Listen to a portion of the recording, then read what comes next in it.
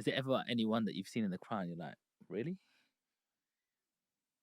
Donald Trump and Candace Owen. I would just baff to just see them there. You're joking. Yeah, Donald Trump. that was the Kevin Holland fight. Again, he's a massive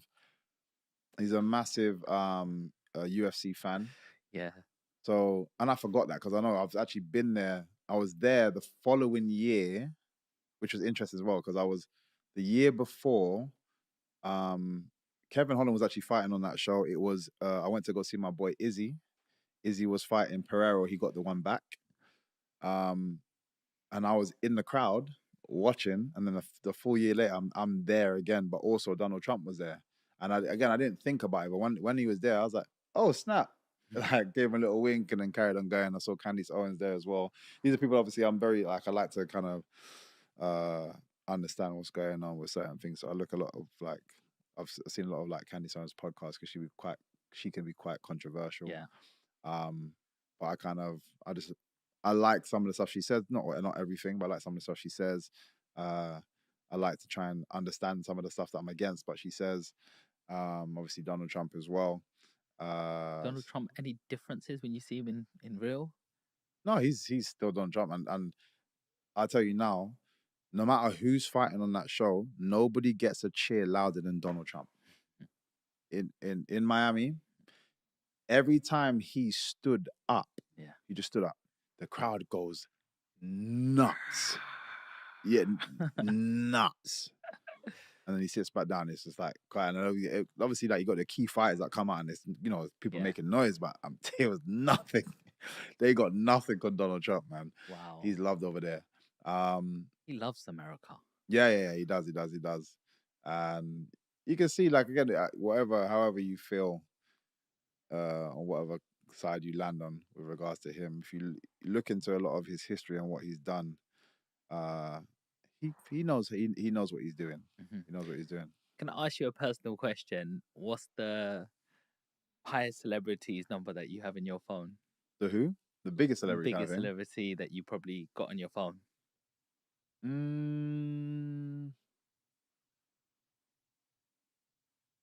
I guess it would be 50.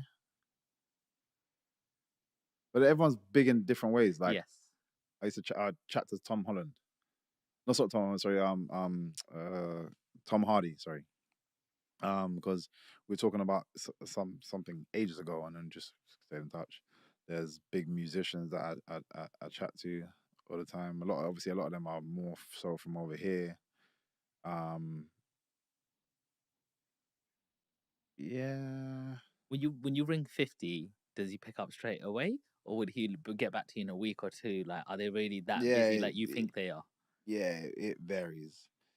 He could get back to you months down the line, or he can get back to you straight away. It varies. So yeah, and he I know is so active, and he's a person that if you are, and for people that are busy as well, I get that. If he's a person, if you are not in his field of view while he's doing something, you can be forgotten very quickly because he's hustling. He's always moving. So I say when he's in town, I always check him. We always catch up, and we'd be chatting for hours. But then if he's not about, he's just doing his thing. So you got to keep trying to jump in his way, like, yo, what's up? But yeah, there's like I wouldn't, even with him, I wouldn't say we're close at all. Like we get on, and it's cool to have somebody like him that you can speak to on occasion. But the keys for me are people that can actually help, or I can help. You know what I mean? Like those are the interactions, and those are the relationships that mean more. Yeah. Like I respect all of these other guys. Yeah. But these ones are more integral, more key, especially to my growth. So ask me the same question, bro. Who's in your phone? Michael Venom Page. I love you, bro. Yeah, Respect, man. Come on, bro, man. Honestly, you're that guy. Like, there's certain people who break barriers in your beliefs. When I first came on social media, I met a guy called Samuel Leeds. Very controversial. Some people like him, some people don't. Does a £1 course. Yeah, you might buy another course after that, but he does get you results as well. Okay. Whether that's breaking beliefs. And when I've started this podcast world, obviously I've met a lot of people, but when I met you at the O2 and how humble you are, I was like, there is real people out there.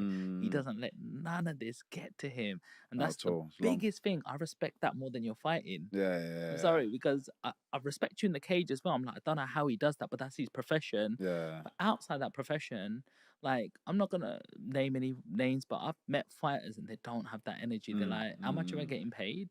What's in it for me? Yeah. And then cut off straight after. And it's just like, you just feel, a bit different. It's a difficult one because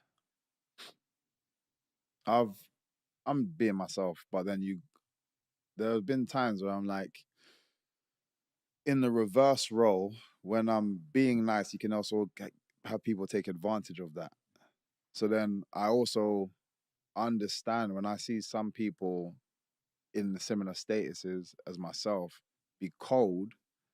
I'm like, I kind of get you depending on how I can't say how you started, but I can also understand how you can get to that place. Yeah. Where if people have, messed you about too many times, you're like, hell no, I'm not allowing this again. And then I create certain channels for you to have to go through. So if you had just so happened to get to me directly for what, like, as we just kind of came across each other, it's like, I gotta be like, nope. Yeah. So I can also understand that. Yeah. And I had it at Bellator where I felt like I was being, I would be myself, but just I was being cool with everybody. When you're being cool with everyone, people let go of certain information and they talk about other fights. Oh yeah, we got to do this, and this guy's asking for that, and this girl, she says this and this. So you get all the little information. I'm not even asking, you just through conversation. But now I'm like, I kind of have an understanding of what people are asking for or demanding, and these guys are having to do it. Then I'll ask for something very small comparatively. Like, is it okay if this happened? Oh no, you might have to ask this person. And then I'm getting run around, and I'm like, wait, what's going on? You've told me that you do all of this. Yeah. These people are like, oh man, they need 20 people to come, and you have to run around and get all these 20 people. I asked if one person can my brother come with me? I'm not sure. Like, you have to. And there was a phase where I got cold with a lot of people just because I felt I was being messed around a lot. I got really cold with a lot of people. Everyone felt that, obviously, because I'm usually like more like, you know what I mean? And after that, I got treated 10 times better. And it was disgusting. I actually felt, I hated the fact that I had to be this way for people to, like, people come up to me like treading on eggshells because they're like, oh wait, something's off with MVP. So they're like, oh, is everything okay? And I'm just like, yeah.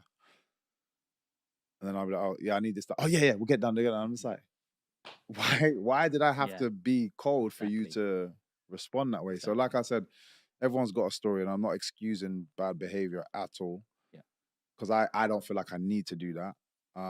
But I also can understand how you can get to that place. Yeah.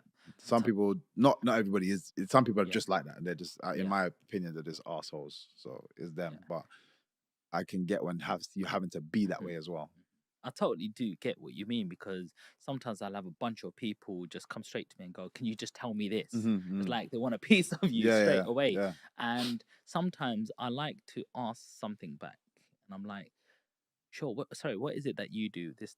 Oh, I need a little bit of help in that. Can you help me also? And then when they go, oh, we can talk about that. I'm like, you're not giving me that same energy. Yeah, we can talk about what you can do. Like, that's what I've had to learn, because before it's like, suck in your energy, suck in your energy, give in. And then when you ask for one thing back and they don't, it actually, well, for me, it hurts me psychologically, because I've done so much for you. And other people, I give out good energy. Why can't I just receive it back? 100%. We're all human. Why can't we have that exchange? Balance is important as well. It can't just be one way. But yeah, I can totally relate to that. Before we wrap this one up, we've got to talk about a very important fight, the Ian Gary fight. That was the last fight you had? Yeah.